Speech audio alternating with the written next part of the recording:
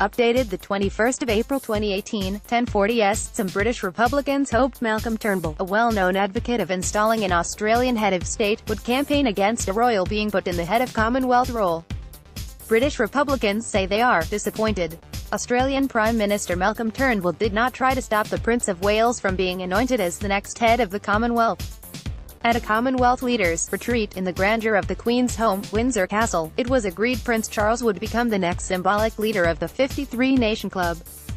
During the opening of the biennial Commonwealth Heads of Government meeting, CHOGM, at Buckingham Palace on Thursday, the Queen declared it was her sincere wish her son eventually get the non-hereditary role. But UK organisation Republic's chief executive Graham Smith said the Queen's call amounted to nepotism. It's a shame the one time the Queen makes a rare, unprecedented comment, it's about pushing the interests of her own son, he said. This is a really rare missed opportunity to do something decisive to make the Commonwealth more relevant, more representative in the long run and have a different kind of figurehead. The Republican movement in Britain is not as well supported or as high profile as it is in Australia. Campaigners in the UK want to get rid of the royal family entirely. But most opinion polls suggest the monarchy remains relatively popular and many Britons are excited about the imminent arrival of a new royal baby, as well as the marriage of Prince Harry and his American bride-to-be Meghan Markle.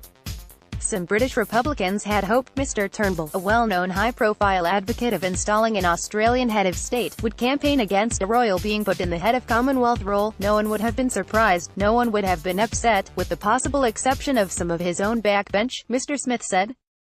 We can only guess that's the reason, or there has been some hard-nosed horse trading behind the scenes that we don't know about. This is another feather in the royal family's cap. Australia signalled its preference for Prince Charles to become the next head of the Commonwealth when Julia Gillard was Prime Minister 5 years ago.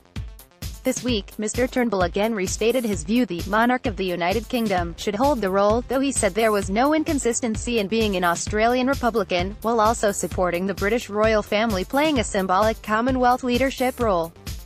Australian Republican Movement Chair Peter Fitzsimons said he did not understand why Mr. Turnbull backed Prince Charles as the next head of the Commonwealth.